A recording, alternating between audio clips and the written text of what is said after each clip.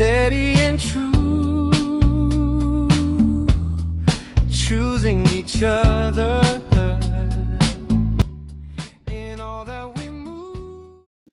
Love isn't perfect, but sometimes stepping away from everything brings you closer together. Love in Motion. Today we're talking about how travel has shaped their relationship. Okay, so when did you start traveling together? Like really getting into the traveling?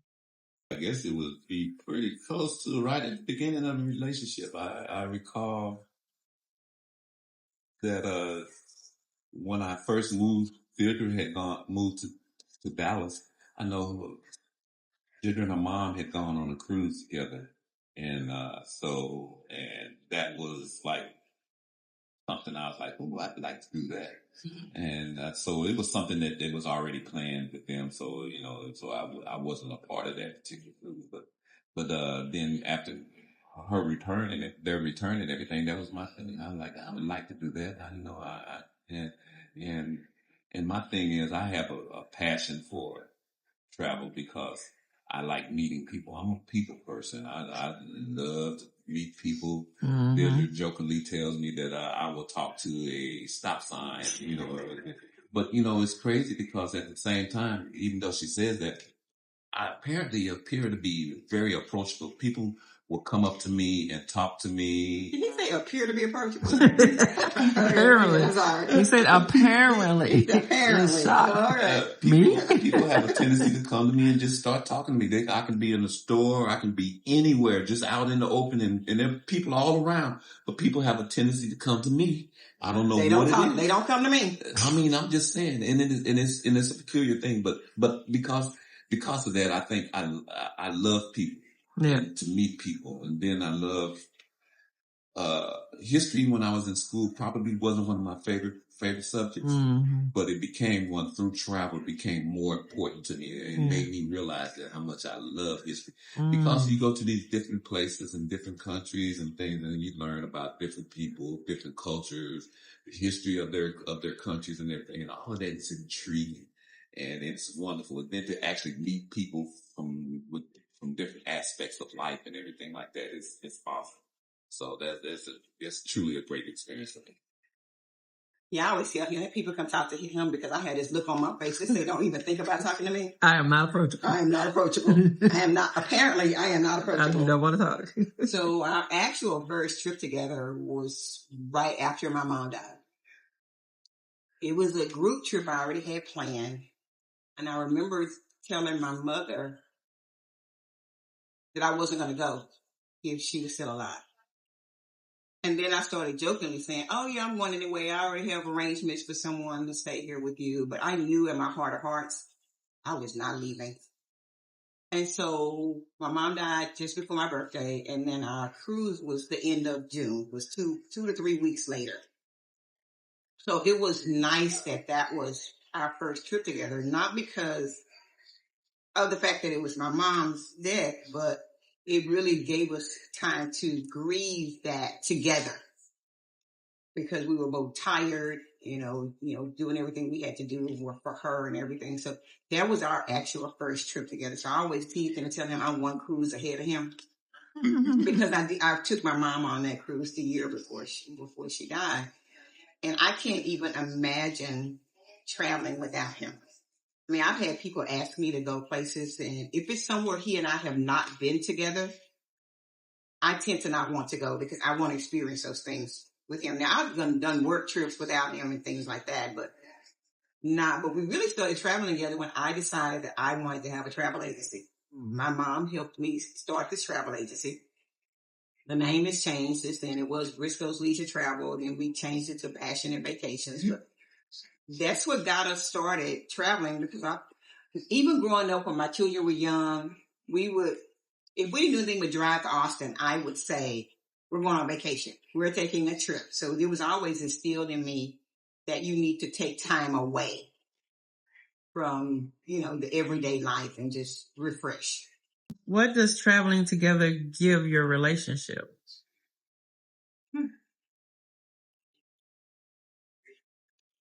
Norman. It gives us the opportunity to have time away from all the hustle and bustle of life. You know, you have work, and when you're home, you got work, you got children, you got this, that, and the other, and everything is you're constantly on the move and doing things, and you don't have time to stop and smell the rose. Well, when you travel together, you have that time. You have time with each other to spend with each other, you know, and to, you know, to show that person how, you know, you get the opportunity away from all the distractions, the opportunity to show that person how much you care about them and you think about them. You know, you do. And I'll admit every once in a while you need to hold a hand, you know, and something like that. And it makes a difference. Sound like a reconnection. It's a reconnect. Y'all getting so a you reconnect. get a chance to, you know, like you said, to spend time with them away from all the other distractions in life. So that's what traveling does. And it's beneficial. Like you said, you experience things together. You got these experiences that you have. Nobody can take those away. You have those experiences now that through our travel, we've had wonderful experiences. We laugh, we say we have adventures. We joke about maybe we should write a book or something because just how many good times we had. So many things, and we have things that have happened that we laugh about now. It may not have been quite as funny at the time, but there's always an adventure or something involved in the travel. So then to go through those things together and everything, you think about the people that have shared those times with you. Even when you've gone with groups, each time you go someplace, it's a different experience because you're with different people that are on that particular trip. You know, not even necessarily that booked with you or gone to the trip with you, but the people that even on the whole trip and on you encounter, they're different. So I hated it at first. I love traveling, but I did not like having access to a phone and internet. I would get off if we were on a cruise, because in the early years we mostly cruised. As soon as I would get off the ship, I am in this country trying to find an internet cafe. I probably did that for the first couple of years. And he finally was like, "You are not looking for an internet cafe. Whatever it is that's happening, it can be fixed when you get back home." So I finally evolved into not worrying about if I missed a call, if I missed a client, because I was still building my business at the time. And I think it was one year we were in Puerto Rico and we were riding the trolley, and I remember it was a group of ladies, and I remember her saying, "Oh, it's so good to see a Black couple traveling together. I wish my husband would travel with me." And that was just foreign to me because I just couldn't imagine your spouse not wanting to spend away time. Even though I didn't look at life and marriage through rose-colored glasses like Norman did and does, but it still was something about us being away. Even though we do different things on trips, I'm going to get up early and eat breakfast and watch the sunrise. He is not. So he always loved it when we travel with a group because somebody else could get up and go to breakfast with me and he didn't have to. Well, over the years, I just go to breakfast by myself and don't even worry about him getting up and going. But before, I would make him get up and go with me because I didn't want to be by myself. And now I'm okay with it. I get up, I go have my coffee, and I sit out there and just reflect on life. And so that to me is what it kind of does for me when we travel. I decided that I don't have to know what's going on at home because what can I do about it? If something bad happens, I'm just going to worry about it and stress over it until I can finally get back on a plane or get back off the ship or whatever it is that's happening. Can you think of what trip strengthened y'all's bond?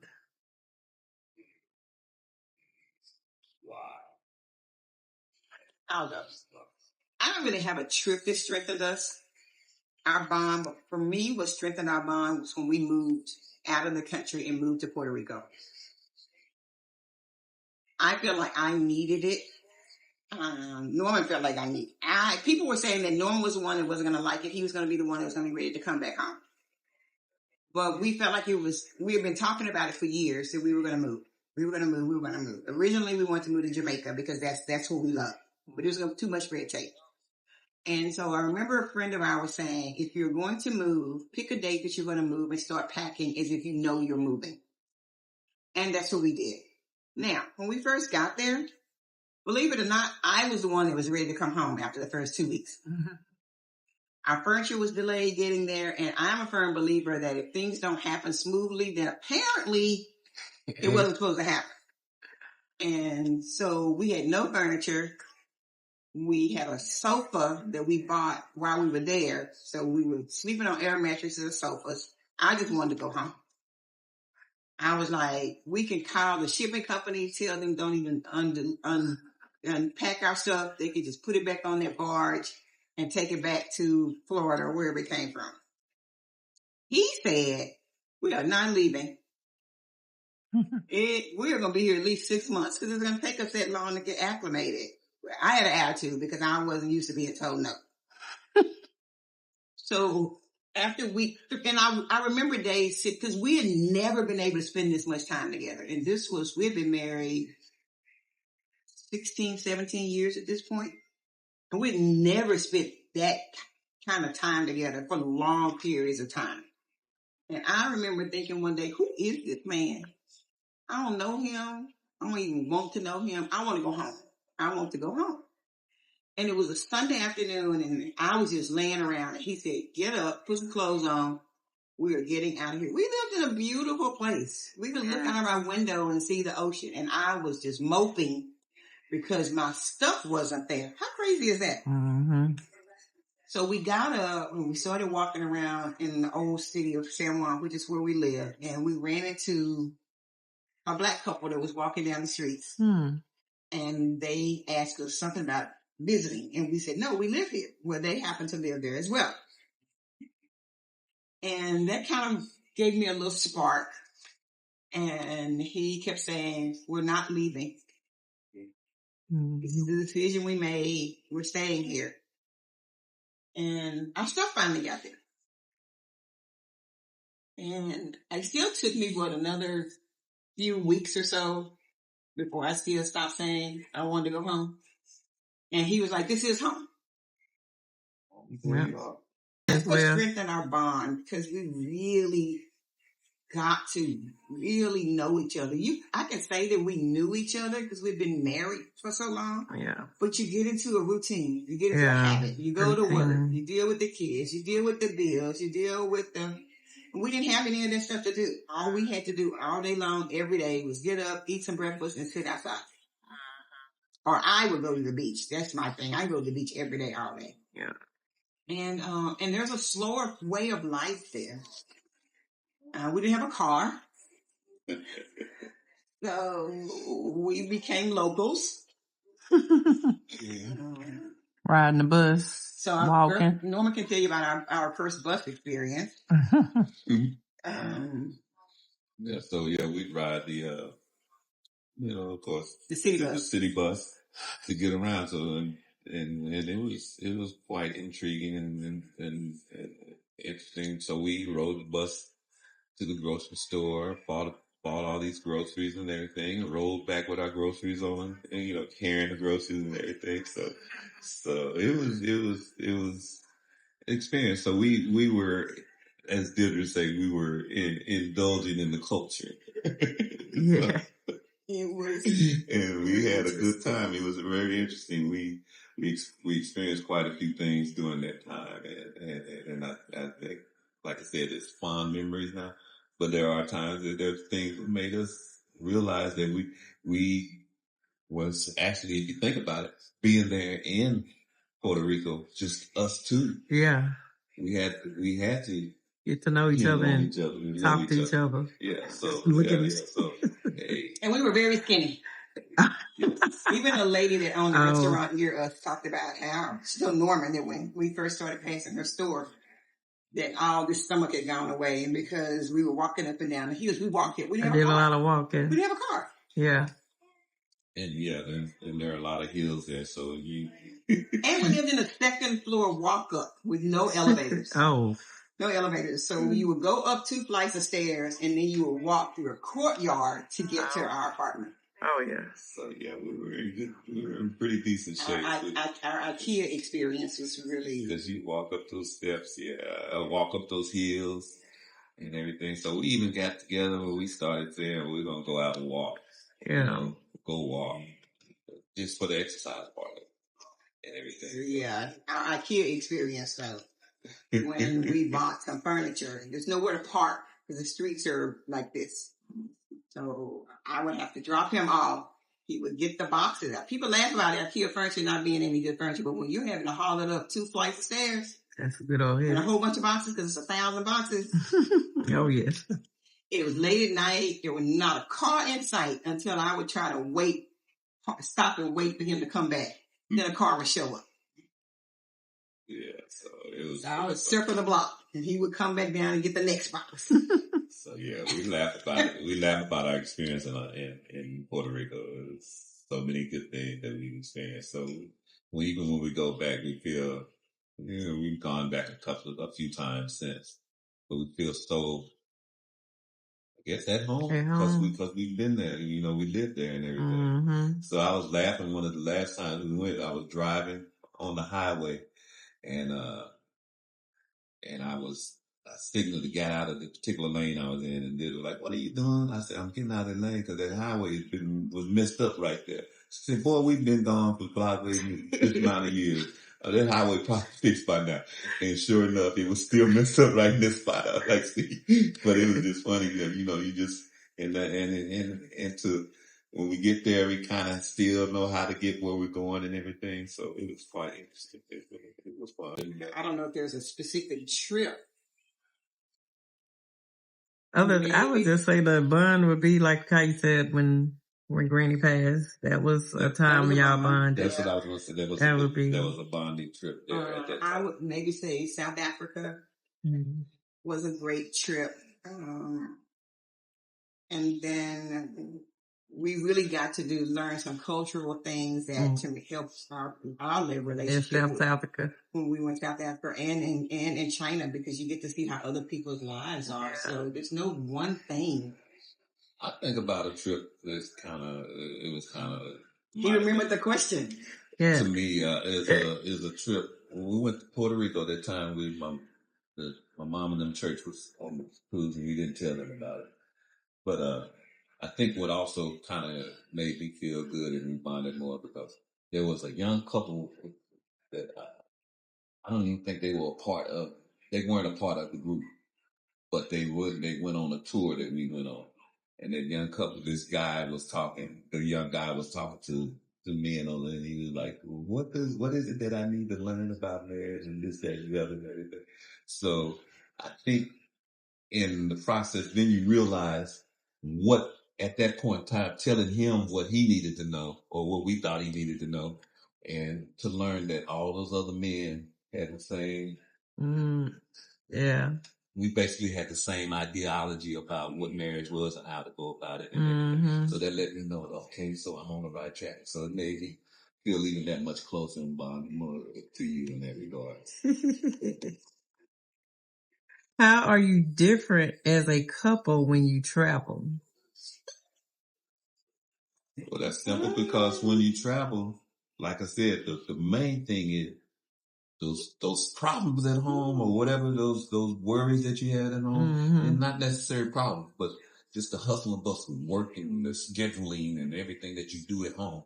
It keeps you busy and then everything. That's not an issue when you travel. Cause you're away. That is so not the response I'm going to give. So. Well, I mean, you did say you allow him to hold your hand. Norman turns into a monster. I love to travel. I laugh. Norman turns into a monster, especially if we go to Europe. Europeans and have no concept of excuse me. So he is shoving people back. And people are looking like, is that Norman acting like this? So all these people out there in radio land. Oh, Lord. He's just a veteran tourist. YouTube land. Traveler. Travel with Norman and see the other Norman. We have some friends now that laugh about he bumped into this man one time so hard it spun the man around. because the man had bumped into him. Man probably didn't even remember bumping into Norman because it's just his culture. And don't go on a cruise with him in Europe because they reach over you and he's yelling at people saying, stop reaching over me. Yeah. Travel with Norman if you want to see the real Norman. But we get to do different things, but we still get to come together. Like I said earlier, I'm going to get up and go to breakfast. He's going to stay up late. I'm going to bed. So over the years, though, I've kind of tried to start staying up a little bit later.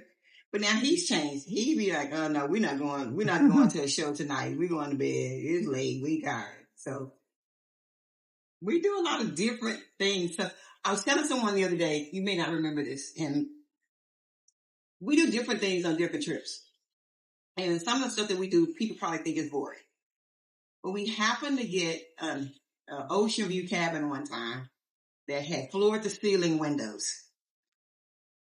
And one night we just didn't really want to go anywhere. And it was starting to get dusk. It was just still a little bit of sun out, but it was very cloudy.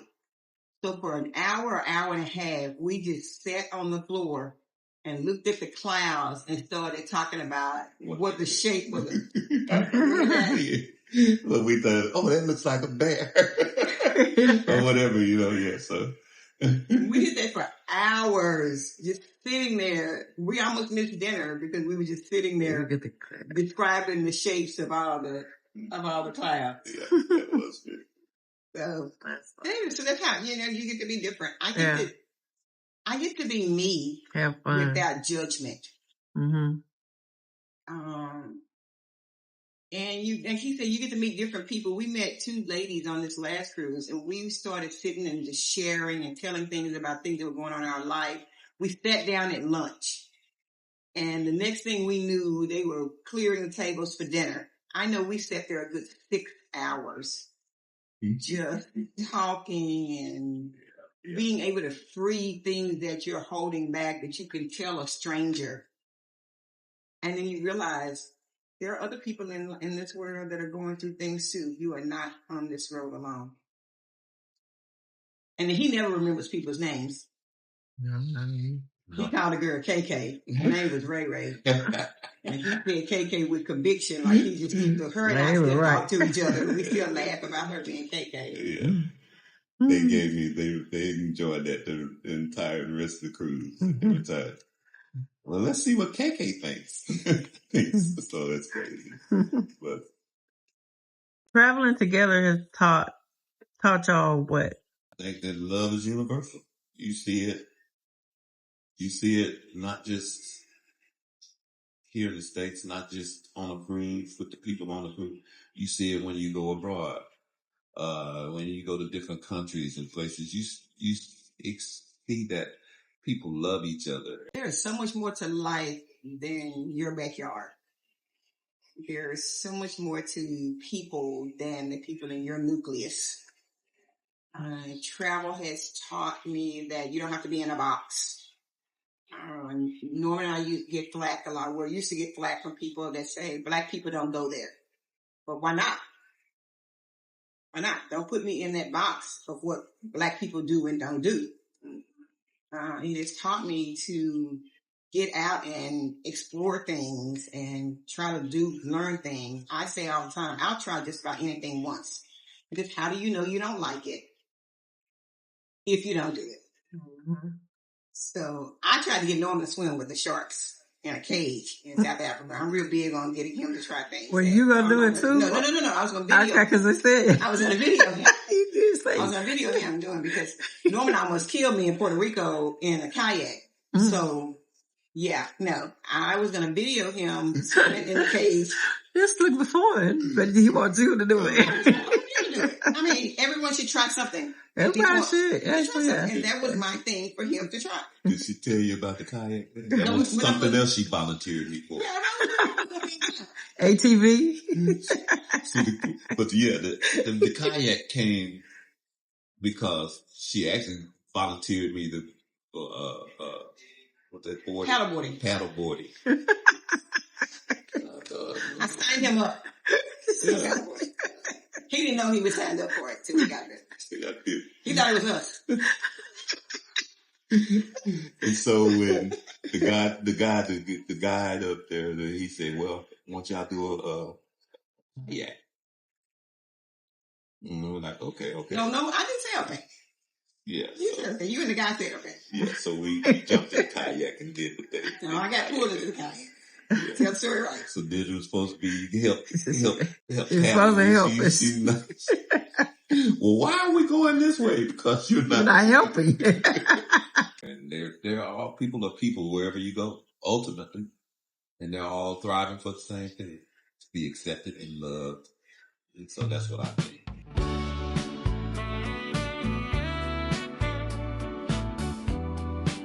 Love